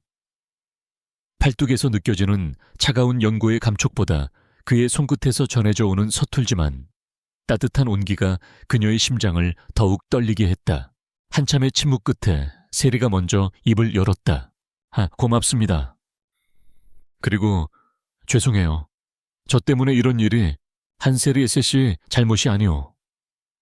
강지훈이 그녀의 말을 막았다. 그는 구급 상자를 닫으며 나직이 말했다. 나는 내 공간에 허락 없이 발을 들이는 것도 내 것을 함부로 건드리는 것도 용납 못하는 성격이라서 내 것. 또다시 그 단어가 세리의 마음을 흔들었다. 그는 소파 맞은편에 앉았다. 그리고 처음으로 딱딱한 비즈니스가 아닌 개인적인 질문을 던졌다. 언제부터였어? 저런 취급을 받은 게. 그의 질문에 세리는 잠시 망설였다. 하지만 그의 진지한 눈빛이 느껴지는 듯했다. 그녀는 더 이상 숨기고 싶지 않았다. 자신을 믿어주고 보호해준 이 남자에게만큼은. 세리는 조용히 자신의 이야기를 시작했다. 아버지가 돌아가신 후 새어머니와 이복 언니의 태도가 어떻게 돌변했는지, 그들이 어떻게 집안의 모든 것을 장악하고 자신을 투명인간 취급했는지, 그리고 끝내 자신을 집에서 내쫓았는지. 그녀의 목소리는 담담했지만 그 안에는 오랜 시간 억눌러온 깊은 슬픔이 배어 있었다. 강지훈은 말없이 그녀의 이야기를 들었다. 그의 표정에는 변화가 없었지만 주먹을 쥔 그의 손등에는 힘줄이 선명하게 돋아 있었다. 이야기가 끝났을 때 거실에는 다시 무거운 침묵이 흘렀다. 그 침묵을 깬 것은 강지훈이었다. 그는 거실 한쪽에 놓인 피아노를 바라보며 입을 열었다. 이 피아노는 내 어머니의 것이었어. 세리의 고개가 그를 향했다. 어머니도 피아니스트였지. 아주 재능 있는 분이셨어. 그의 목소리는 아득한 과거를 더듬는 듯 했다. 내가 어렸을 때 빗길 교통사고로 돌아가셨어. 내 눈앞에서. 그의 고백에 세리는 숨을 멈췄다. 빗길 교통사고. 자신에게서 빛을 앗아간 그 끔찍한 기억. 그 역시 자신과 같은 상처를 가지고 있었다. 그 후로 오랫동안 이 집에서 피아노 소리가 들리는 걸 견딜 수가 없었어. 음악을 들으면 어머니가 생각나서. 그래서 뚜껑을 덮어두고 아무도 만지지 못하게 했지. 당신이 나타나기 전까지는. 그는 시선을 돌려 세리를 바라보았다. 당신의 연주를 처음 들었을 때 나는 화가 났었어. 잊고 싶었던 기억을 끄집어냈으니까. 하지만 이상하게도 위로를 받았지. 당신의 음악 속에서 나와 같은 슬픔과 고통을 느꼈기 때문인지도 모르겠군. 그의 고백은 세리의 마음 가장 깊은 곳을 울렸다. 그녀는 이제 이해할 수 있었다. 그의 차가운 외면 뒤에 숨겨진 깊은 상처와 외로움을. 그가 왜 자신을 구해줬는지, 왜 자신에게 무대를 마련해줬는지. 그들은 서로 다른 삶을 살아왔지만 같은 상처를 공유하고 있는 동반자였다. 세리의 눈에서 뜨거운 눈물이 흘러내렸다. 이번에는 자신을 위한 눈물이 아니었다. 그의 고독한 삶을 위한 눈물이었다. 그녀는 자기도 모르게 손을 뻗었다. 그에게 닿지는 않았지만 그의 상처를 어루만져주고 싶은 간절한 마음을 담은 손짓이었다. 혼자서 많이 외로우셨겠어요. 그녀의 떨리는 목소리가 그의 심장을 관통했다. 외로움. 그 누구도 알아주지 않았던 그가 평생을 감추고 살아왔던 감정의 이름. 그녀는 눈으로 보지 못했지만 그의 영혼을 똑바로 꿰뚫어 보고 있었다. 강지훈은 그녀가 내민 하얗고 가녀린 손을 잠시 바라보았다. 그의 얼음 성벽이 완전히 무너져 내리는 순간이었다. 그는 망설임 끝에 손을 뻗어 그녀의 손을 부드럽게 감싸 쥐었다. 그의 손은 크고 따뜻했다. 세리는 그 온기에 놀라 어깨를 살짝 떨었지만 손을 빼지는 않았다.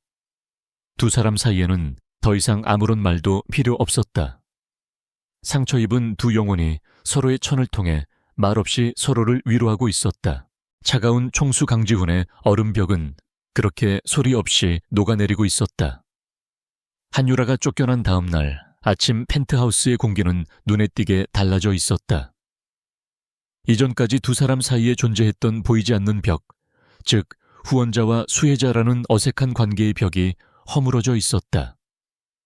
그 자리에는 상처를 공유한 두 영혼 사이에 조심스러운 유대감과 따뜻한 침묵이 채워져 있었다.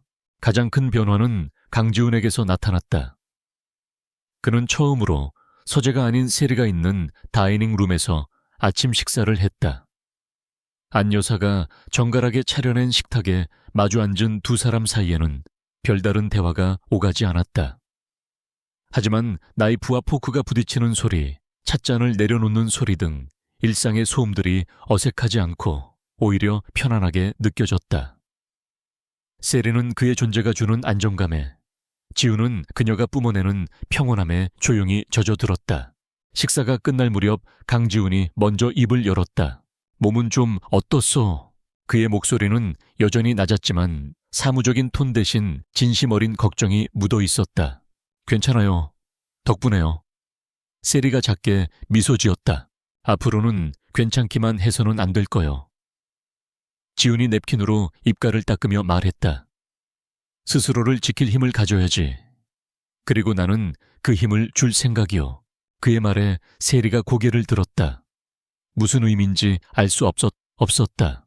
바로 그때 김 비서와 함께 중년의 남성 한 명이 다이닝 룸으로 들어왔다. 날카로운 눈매에 빈틈없는 정장 차림을 한 남자였다.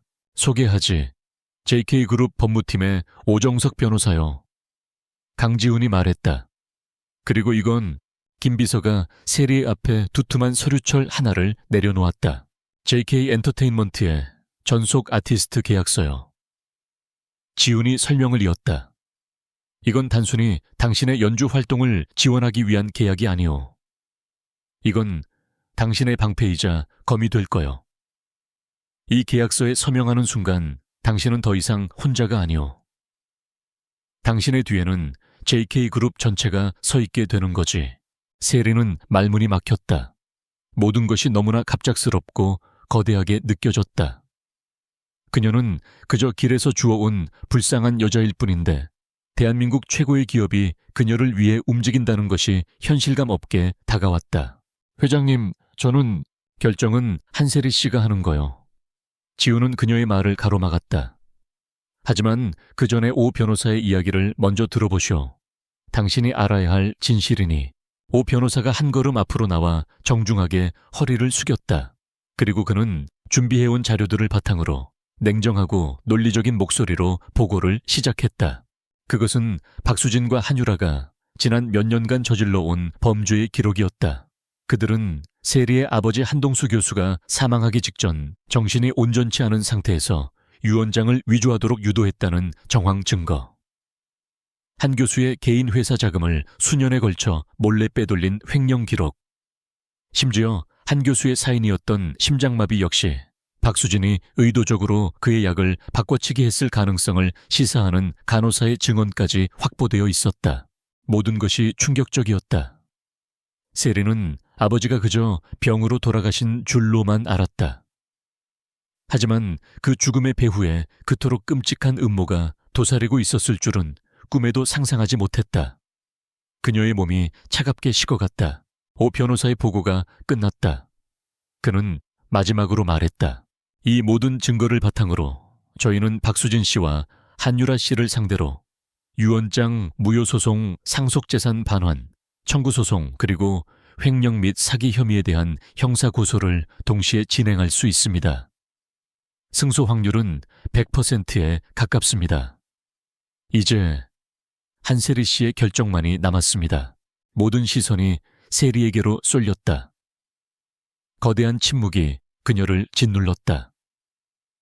복수. 그녀는 한 번도 생각해 본 적 없는 단어였다. 그녀는 그저 그들의 소나귀에서 벗어나 조용히 살고 싶었을 뿐이다. 하지만 아버지의 죽음에 얽힌 진실을 알게 된 이상 더 이상 물러설 수 없었다. 이건 단순히 자신의 인생을 되찾는 문제가 아니었다. 억울하게 돌아가신 아버지의 명예를 위한 싸움이었다. 그녀의 귓가에 다시 한번 강지훈의 목소리가 울렸다.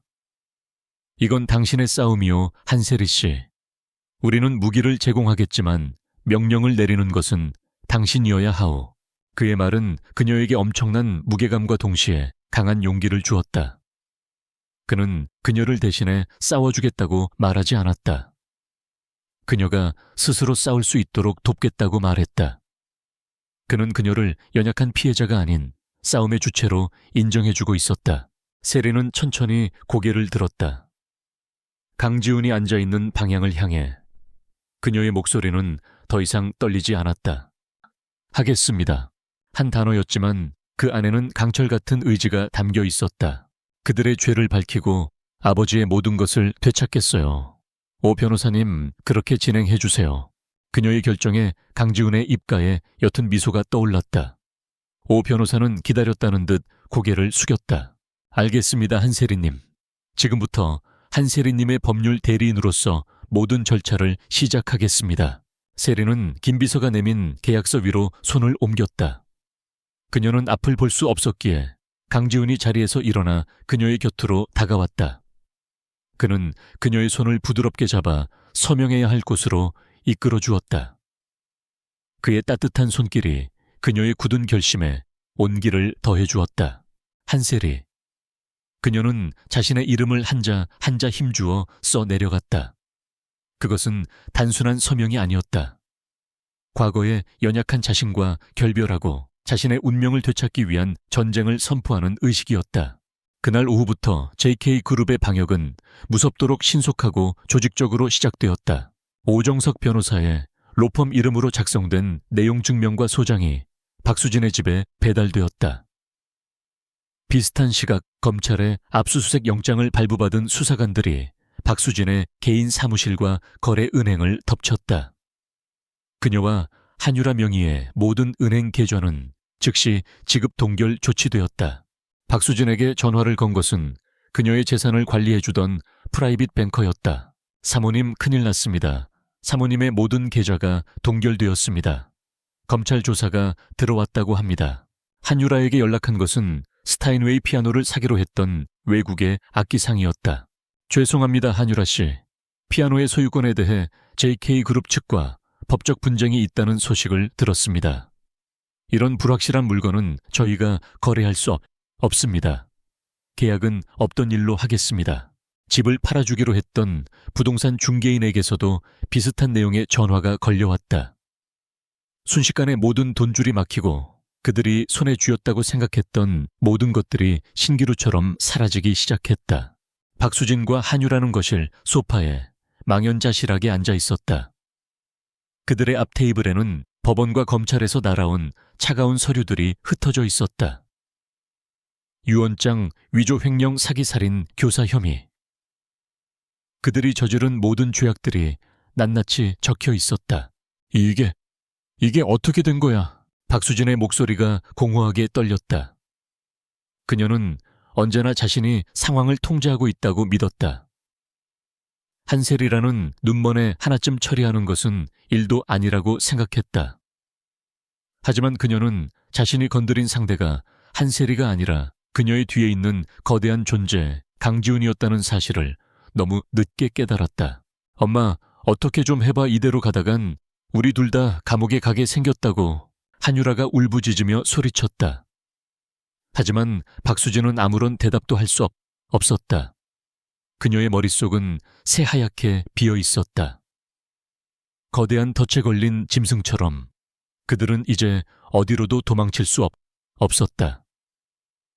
JK그룹이라는 이름의 거대한 그림자가 그들의 숨통을 서서히 조여오고 있었다. 강지훈의 방역은 빠르고 정확했지만 그것은 서막에 불과했다. 그는 박수진 모녀를 법적으로 무너뜨리는 것만으로는 충분하지 않다고 생각했다. 그들이 한셀에게 덮어씌운 거짓과 오명을 대중 앞에서 낱낱이 벗겨내고 그녀의 명예를 완벽하게 회복시켜주는 것. 그것이 그가 생각하는 진정한 승리였다. 며칠 후 JK 엔터테인먼트의 이름으로 대한민국 모든 언론사에 긴급 기자회견 소집 공고가 전달되었다. 신인 아티스트 세리나 한세리 관련 공식 입장 발표. 제목은 간단했지만 그 무게감은 엄청났다. 세간의 주목을 한 몸에 받고 있는 인물, 그리고 그 뒤에 있는 JK그룹의 공식적인 첫 움직임이었기 때문이다. 기자회견 당일 호텔의 대연 회장은 발 디딜 틈도 없이 수많은 취재진으로 가득 찼다.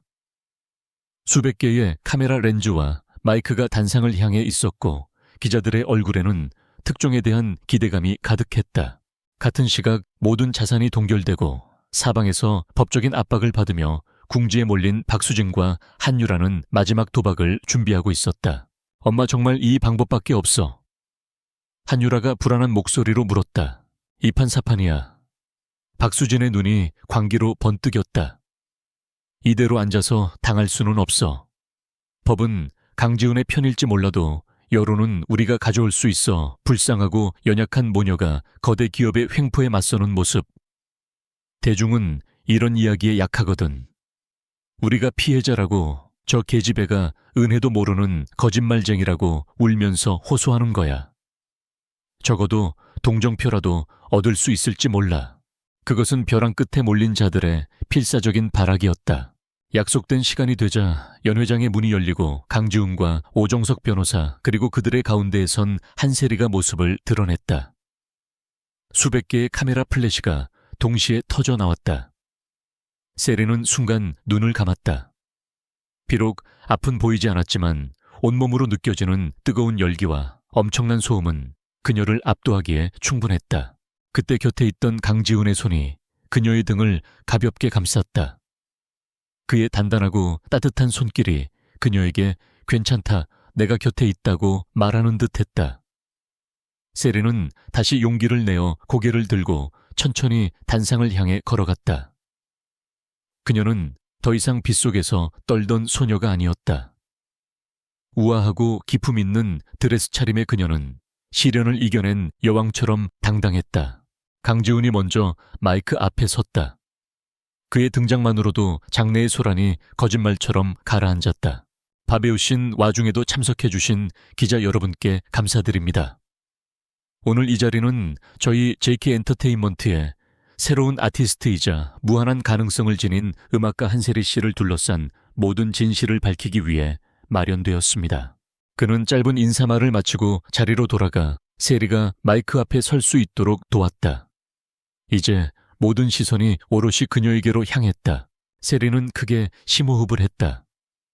그리고 준비된 원고 없이 자신의 목소리로 이야기를 시작했다. 안녕하세요. 피아니스트 한세리입니다. 그녀의 목소리는 떨리지 않았다. 차분하고 맑은 음성이 마이크를 통해 연회장 전체에 울려 퍼졌다. 저는 오늘 이 자리에서 저의 연주가 아닌 저의 삶에 대한 이야기를 하려고 합니다. 저는 존경하는 음악가이자 사랑하는 아버지 밑에서 행복하게 자랐습니다. 음악은 제 삶의 전부였습니다. 하지만 불의의 사고로 세상의 빛을 잃었고 얼마 전에는 유일한 버팀목이었던 아버지마저 잃었습니다. 그녀는 울지 않았다. 감정에 호소하지도 않았다. 그저 담담하게 사실을 이야기할 뿐이었다.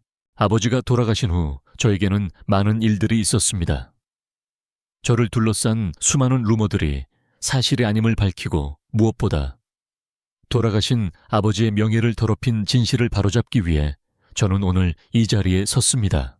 그녀의 이야기는 조용했지만 그 어떤 웅변보다도 강력한 힘을 가지고 있었다. 그녀의 진심이 기자들의 마음을 움직이기 시작할 무렵이었다. 교진말 전부 다 거짓말이에요.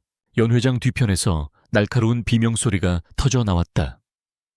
모든 카메라가 소리가 난 쪽으로 향했다. 그곳에는 헝클어진 머리에 눈물 범벅이 된 박수진과 한유라가 서 있었다. 그들은 경호원들의 저지를 뚫고 단상을 향해 달려오고 있었다. 여러분, 저 아이의 말에 속지 마세요. 저희가 피해자입니다. 박수진이 통곡하며 외쳤다. 저 아이는 아버지가 남겨주신 재산을 독차지하기 위해 저희를 모함하는 겁니다. 저희를 내쫓고 뒤로는 JK그룹의 강지훈 회장을 유혹해서 저희를 위협하고 있어요. 한유라도 옆에서 거들었다. 저희는 힘없는 여자들일 뿐이에요. 제 동생이지만 돈에 눈이 멀어 가족을 배신하는 저런 악마를 그냥 둘 수는 없었어요. 제발 저희를 도와주세요. 연 회장은 순식간에 아수라장이 되었다. 기자들은 누구의 말이 진실인지 몰라 혼란에 빠졌고 카메라 플래시를 터뜨리며 이 극적인 상황을 담기에 바빴다. 박수진 모녀의 처절한 연기는 대중의 동정심을 자극하기에 충분해 보였다. 하지만 그 순간 강지훈의 입가에 서늘한 미소가 떠올랐다. 모든 것이 그의 계획대로였다. 그는 오 변호사에게 눈짓을 보냈다. 오 변호사가 마이크를 잡았다. 지금부터 모든 분들은 단상 뒤에 스크린을 주목해 주시기 바랍니다. 진실이 무엇인지 여러분 스스로 판단하실 수 있을 겁니다. 연 회장의 조명이 어두워지고 거대한 스크린이 켜졌다. 화면에는 아무런 영상도 나오지 않았다. 대신 스피커를 통해 익숙한 두 여자의 목소리가 흘러나오기 시작했다. 그 눈먼애가 어디 가서 얼어 죽었는지 굶어 죽었는지 아무 소식도 없는 걸 보니 속이 다 시원해. 피아노랑 집은 최대한 빨리 팔아버리자. 걔 앞으로 된 유언장은 내가 알아서 처리했으니까 걱정 말고. 아빠가 남긴 돈으로 유럽 유학이나 가야겠어. 한셀이 못까지 내가 다 누려줘야지. 걘 평생 어둠 속에서 피아노나 치라고 해. 아, 이젠 그것도 못하겠구나. 박수진과 한유라 두 사람의 목소리였다. 그들이 집에서 나눈 대화가 생생하게 녹음되어 있었다. 그 안에는 한셀에 대한 경멸과 조롱, 그리고 재산을 독차지하려는 탐욕스러운 계획이 고스란히 담겨 있었다. 연 회장은 물을 끼얹은 듯 조용해졌다. 기자들은 숨을 죽인 채 스피커에서 흘러나오는 목소리에 귀를 기울였다. 박수진과 한유라의 얼굴은 새하얗게 질려갔다. 녹음 파일의 결정적인 부분은 마지막이었다. 근데 엄마 아빠 심장병 약 정말 괜찮은 거야. 너무 양심에 찔리는데. 쓸데없는 소리. 비타민으로 바꿔치기 한 걸 누가 알겠어. 의사도 그냥 지병이 악화된 거라고 했잖아. 우린 아무 잘못 없어. 그 대화가 흘러나오는 순간 박수진은 그 자리에 주저앉고 말았다. 명백한 살인교사. 빼도 박도 못할 증거였다. 한유라 역시 공포에 질려 비명을 질렀다. 녹음이 끝나자 1초간의 정적이 흘렀다. 그리고 곧 연 회장은 수백 개의 카메라 플래시가 만들어내는 거대한 폭풍에 휩싸였다. 모든 렌즈가 무너져 내린 박수진 모녀를 향해 있었다. 기자들의 질문이 빗발쳤지만 그들은 아무런 대답도 하지 못했다.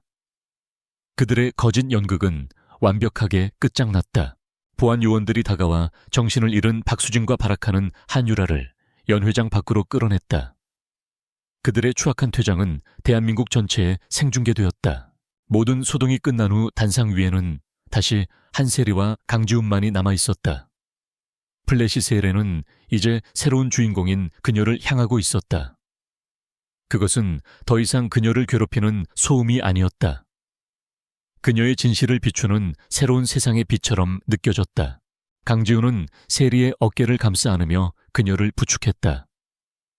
그는 기자들을 향해 낮고 단호한 목소리로 말했다. 이상으로 기자회견을 마칩니다. 앞으로의 모든 법적 절차는 저희 법무팀을 통해 진행될 것입니다. 그는 더 이상의 질문을 허락하지 않고 세리를 데리고 단상 뒤로 사라졌다. 복수극의 막이 내렸다. 정의는 실현되었고 진실은 마침내 세상에 그 모습을 드러냈다. 홀로 남겨졌던 소녀는 이제 가장 든든한 기사와 함께 새로운 빛을 향해 나아가고 있었다. 기자회견이 끝나고 세상은 뒤집혔다. 박수진과 한유라는 대한민국에서 가장 파렴치한 악녀 모녀가 되었고 그들이 저지른 범죄의 전말은 연일 언론에 대서특필되었다. 법적인 절차는 신속하게 진행되었다. 명백한 증거 앞에 그들은 어떤 변명도 할 수 없었고 결국 횡령 사기, 유언장 위조, 그리고 살인교사 미수 혐의로 중형을 선고받았다. 한유라는 그나마 형량이 적었지만 그녀의 피아니스트 인생은 재기불능의 상태로 끝장나 버렸다. 모든 싸움이 끝났다. 한세리는 아버지의 집을 포함한 모든 법적 권리를 되찾았다. 끔찍했던 악몽이 끝나고 마침내 아침이 온 것이다. 강지우는 세리를 데리고 그녀가 자라온 집으로 돌아왔다. 육중한 철문이 열리고 익숙하지만 낯설게 느껴지는 집의 공기가 그녀를 감쌌다. 세리는 현관 앞에 멈춰 서서 잠시 망설였다. 이 집은 아버지와의 행복한 추억이 깃든 곳인 동시에 새어머니와 이복 언니에게 학대받았던 고통의 공간이기도 했다. 들어갈 수 있겠소? 강지훈이 걱정스러운 목소리로 물었다. 세리는 작게 고개를 끄덕였다. 그리고 그의 팔을 잡고 조심스럽게 안으로 들어섰다. 그녀의 예민한 감각이 집안의 모든 것을 빨아들였다. 볕 좋은 오후의 냄새, 오래된 책과 나무바닥에 향기 발소리가 만들어내는 특유의 울림. 모든 것이 그녀의 기억 속에 고스란히 남아있었다. 하지만 집안은 박수진 모녀가 살던 흔적으로 어지러웠다. 그들의 값비싼 가구와 사치품들이 아버지의 소박한 취향과 어울리지 않게 공간을 차지하고 있었다. 세리는 그 이질감에 가슴이 답답해지는 것을 느꼈다. 그녀는 이겼다. 하지만 승리의 기쁨은 생각보다 크지 않았다. 대신 긴 싸움이 끝난 후의 허탈감과 아버지의 죽음에 얽힌 충격적인 진실이 무겁게 그녀의 마음을 짓눌렀다. 그녀는 진정한 행복을 느끼기 전에 먼저 자신의 상처를 치유해야 했다. 강지우는 그 사실을 누구보다 잘 알고 있었다. 그는 그녀에게 섣부른 위로를 건네거나 기뻐하라고 강요하지 않았다. 대신 그는 묵묵히 그녀의 곁을 지켰다. 그는 며칠간 자신의 회사 일도 뒤로 미룬 채 세리와 함께 집을 정리하기 시작했다. 그들은 함께 박수진 모녀가 남기고 간 잡동사니들을 치우고 아버지의 유품들을 하나하나 정리했다. 강지우는 그녀의 눈이 되어 아버지의 사진첩을 설명해 주었고 낡은 악보에 적힌 아버지의 메모를 읽어주었다. 세리는 그의 목소리를 통해 과거에 행복했던 순간들을 다시 만났다. 그의 조용하고 꾸준한 존재감은 그녀가 고통스러운 기억으로 가득 찬 이 공간에서 새로운 추억을 만들어 나갈 수 있도록 돕는 가장 큰 힘이 되었다. 어느 날 저녁 모든 정리가 끝난 거실에서 세리는 아버지의 스타인웨이 피아노 앞에 앉았다. 그녀는 조심스럽게 건반을 눌렀다. 그리고 그녀의 손끝에서 흘러나온 것은 슬픔이나 분노의 멜로디가 아니었다. 그것은 잔잔한 호수 위로 비치는 새벽의 햇살처럼 부드럽고 따스하며 희망에 찬 선율이었다. 치유의 음표였다. 소파에 앉아 조용히 그녀의 연주를 듣던 강지훈은 그녀가 마침내 과거의 악몽에서 벗어나 앞으로 나아갈 준비가 되었음을 직감했다. 며칠 후 강지훈은 아주 조심스럽게 세리에게 새로운 소식을 전했다. 한세리 애씨. 그가 평소보다 조금 더 진지한 목소리로 그녀를 불렀다. 스위스에 세계적인 안과 의사가 한 명 있어. 최근에 새로운 수술법을 개발했는데 당신과 같은 후천적 외상성 실명 환자들의 시력을 일부 복원하는 데 성공한 사례가 몇 건 있다고 하더군. 세리의 손이 멈칫했다. 시력 복원. 그녀가 사고 이후 감히 꿈도 꾸지 못했던 단어였다. 물론 성공 확률이 높은 것은 아니오. 위험 부담도 있고 실패할 가능성도 크다고 하오. 하지만 아주 작은 가능성이라도 있다면 그는 말을 끝맺지 못했다. 그는 그녀에게 희망을 심어주는 동시에 섣부른 기대로 더 큰 상처를 주고 싶지 않았다.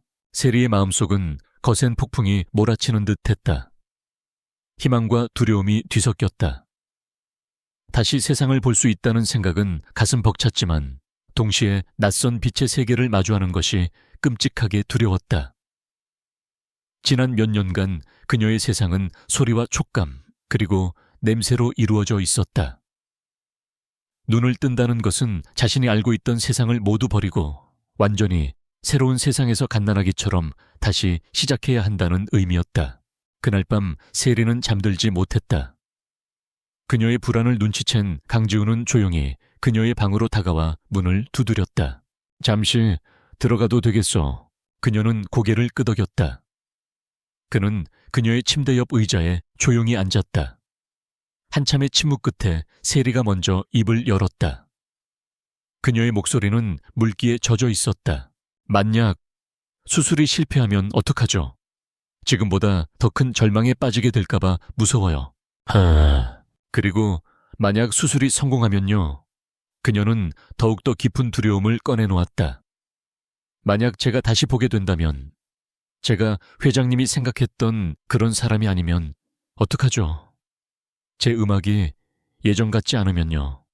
제 모든 것이 평범해져 버리면 그때도 그녀는 차마 마지막 말을 잊지 못했다.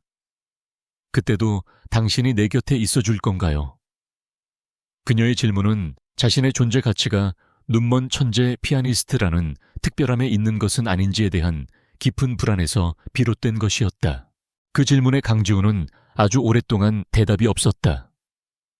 그 침묵이 세리의 마음을 더욱 불안하게 만들었다. 그가 마침내 입을 열었을 때 그의 목소리는 그 어느 때보다도 진실되고 따뜻했다. 한세리 애씨. 그는 그녀의 손을 찾아 부드럽게 감싸 쥐었다. 내가 처음 당신에게 마음을 열게 된 순간이 언제인 줄 아쇼? 당신의 연주를 들었을 때였소.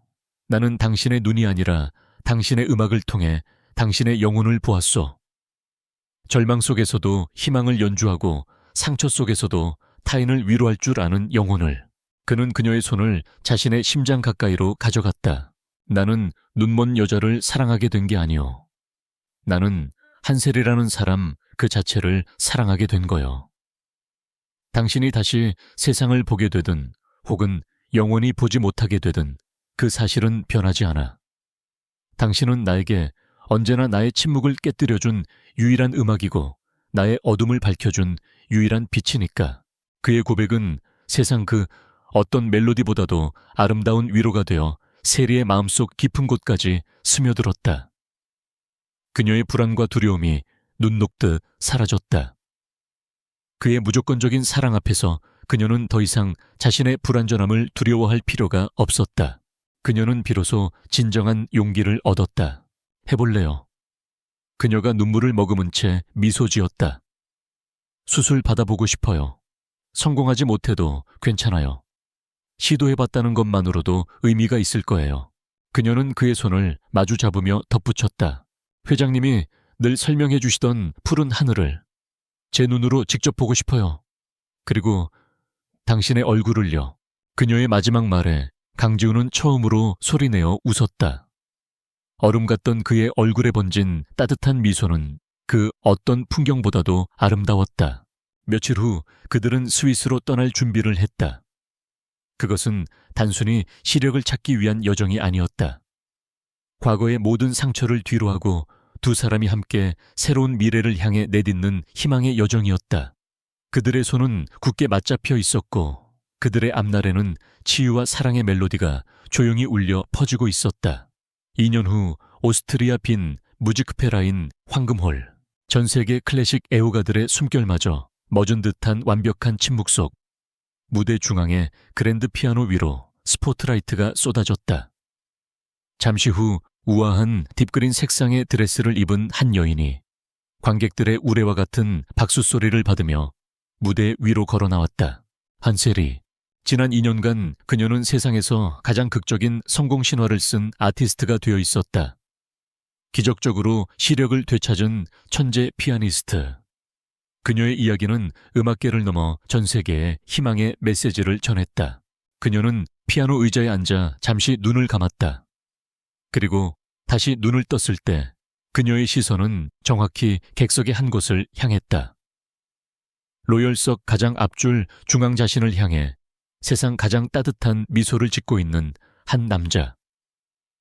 강지훈이었다.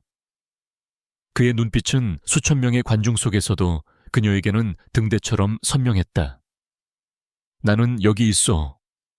그의 눈이 그렇게 말하고 있었다. 세리는 그를 향해 희미하게 미소 지어 보이고는 건반 위에 손가락을 올렸다. 그녀가 연주를 시작하자 황금홀은 순식간에 그녀가 창조해낸 음악의 세계로 빠져들었다. 그녀의 음악은 이전보다 훨씬 더 깊고 풍부해져 있었다. 과거 그녀의 연주가 어둠 속에서 빛을 갈망하는 처절한 아름다움이었다면 지금의 연주는 세상의 모든 빛깔을 머금은 찬란한 생명력이 넘실거렸다. 그녀는 더 이상 상처를 연주하지 않았다. 그녀는 사랑과 희망 그리고 감사와 환희를 연주했다. 연주가 끝나자 객석에서는 기립박수가 터져 나왔다. 세리는 몇 번이고 허리를 숙여 인사했다. 그녀의 두 눈은 기쁨의 눈물로 촉촉하게 젖어 있었다. 그녀가 마침내 되찾은 세상은 생각했던 것보다 훨씬 더 아름다웠다. 공연이 끝나고 대기실 문이 열리자마자 기다리고 있던 강지훈이 그녀를 따뜻하게 안아주었다. 그의 품에서는 이제 서늘한 향수 냄새 대신 그녀가 좋아하는 편안한 비누 향이 났다. 최고였어, 나의 아티스트. 그가 그녀의 귓가에 속삭였다. 당신이 보고 있어서 하나도 떨리지 않았어요. 세리가 그의 품에 얼굴을 묻으며 대답했다. 그들의 관계는 지난 2년간 더욱 깊어졌다. 강지훈은 더 이상 세상에 냉혈한 총수로만 알려져 있지 않았다. 그는 이제 문화예술계를 후원하는 가장 적극적인 기업가이자 한셀이라는 아티스트의 가장 든든한 동반자로 더 유명했다. 사람들은 그의 얼굴에서 좀처럼 보기 힘들었던 진짜 미소를 자주 볼 수 있게 되었고 그 미소는 언제나 한세리가 그의 곁에 있을 때 피어났다. 스위스에서의 수술은 기적과도 같았다. 성공 확률이 희박하다던 수술은 놀라울 정도의 성과를 거두었고 세리는 세상을 다시 볼 수 있게 되었다. 물론 사고 이전처럼 완벽한 시력은 아니었지만 사랑하는 사람의 얼굴을 보고 푸른 하늘과 아름다운 노을을 감상하기에는 충분했다. 그녀가 마취에서 깨어나 처음으로 본 것은 초조함과 걱정으로 뜬 눈으로 밤을 새운 강지훈의 얼굴이었다. 흐릿한 시야 속에서도 그의 눈에 맺힌 안도의 눈물은 선명하게 보였다. 그 순간 세리는 알 수 있었다. 이 남자는 자신의 삶 그 자체라는 것을. 그들은 서울로 돌아와 세리가 아버지와 함께 살던 집에서 새로운 삶을 시작했다. 어두운 기억으로 가득했던 그 집은 밝은 색상의 벽지와 따스한 조명, 그리고 두 사람의 웃음소리로 가득 찬 행복한 공간으로 다시 태어났다. 어느 주말 오후 두 사람은 거실 소파에 앉아 오래된 앨범을 보고 있었다. 세리의 어린 시절 사진이었다. 이 사진 속에 나는 이렇게 웃고 있는데도 참 외로워 보였어요. 엄마가 돌아가신 직후였거든요. 세리가 낡은 사진을 손가락으로 쓸며 말했다. 사고로 눈이 멀었을 땐 세상에 정말 나 혼자만 남겨진 기분이었죠. 지우는 말없이 그녀의 어깨를 감싸 안았다. 하지만 당신을 만나고 모든 게 바뀌었어요. 그녀가 고개를 들어 그를 바라보았다. 당신 덕분에 나는 다시 일어설 힘을 얻었고 세상을 다시 볼 용기를 냈어요. 알아요. 내 세상의 빛은 사실 수술이 아니라 당신이었어요. 나에게도 마찬가지였어. 지훈이 그녀의 머리카락에 부드럽게 입을 맞췄다. 당신을 만나기 전까지 내 세상은 온통 무채색이었지. 성공과 의무 책임감만 존재하는 흑백의 세상. 그런데 당신의 음악이 당신이라는 존재가 내 세상에 처음으로 색을 입혀주었어. 당신이야말로 내 삶의 첫 번째 컬러였지. 그들은 더 이상 서로의 상처를 위로하지 않았다. 대신 서로가 서로에게 얼마나 큰 축복인지를 이야기했다. 과거의 아픔은 이제 그들을 더 단단하게 묶어주는 추억이 되어 있었다. 며칠 후 그들은 그들만의 특별한 장소인 강원도의 한적한 바닷가 별장으로 여행을 떠났다. 그곳은 세리가 시력을 되찾고 처음으로 일출을 본 장소였다. 다음 날 새벽 두 사람은 아직 어둠이 가시지 않은 해변을 손을 잡고 걸었다. 지평선 넘어가 서서히 붉게 물들기 시작했다. 기억나요? 여기서 처음 해 뜨는 거 봤을 때 내가 뭐라고 했는지. 세리가 말했다. 기억나오. 지훈이 미소 지었다. 세상에 이렇게 아름다운 빛이 있었다니 알려줘서 고마워요 라고 했지. 그때 정말 감동이었어요. 매일 뜨는 해인데 나는 그걸 평생 모르고 살 뻔했으니까요. 마침내 거대한 태양이 수평선 위로 장엄한 모습을 드러냈다. 세상이 온통 황금빛으로 물들었다. 세리는 넋을 잃고 그 광경을 바라보았다. 그때 지훈이 그녀의 앞에 한쪽 무릎을 꿇었다. 세리 셋이 그의 손에는 작고 심플한 벨벳 상자가 들려 있었다.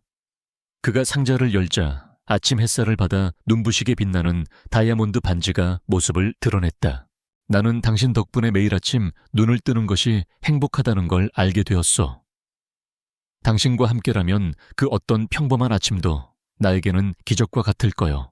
그는 그녀의 손을 잡고 그 눈을 깊이 들여다보며 말했다. 남은 생의 모든 아침을 나와 함께 맞이해 주겠어. 그것은 화려한 미사여구는 없었지만 세상 그 어떤 말보다도 진심이 담긴 청혼이었다. 세리의 눈에서 뜨거운 눈물이 흘러내렸다. 그녀는 말없이 고개를 격하게 끄덕였다. 대답을 대신한 그녀의 눈물 위로 아침 햇살이 무지개처럼 아름답게 비쳤다. 지우는 그녀의 손가락에 반지를 끼워주고 그녀를 일으켜 품에 안았다. 두 개의 심장이 하나의 리듬으로 뛰었다. 빗속에서 버려졌던 불행한 소녀와 얼음성에 스스로를 가뒀던 차가운 총재.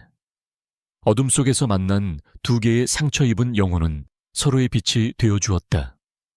그들은 서로를 구원했고 서로를 통해 비로소 완전해졌다.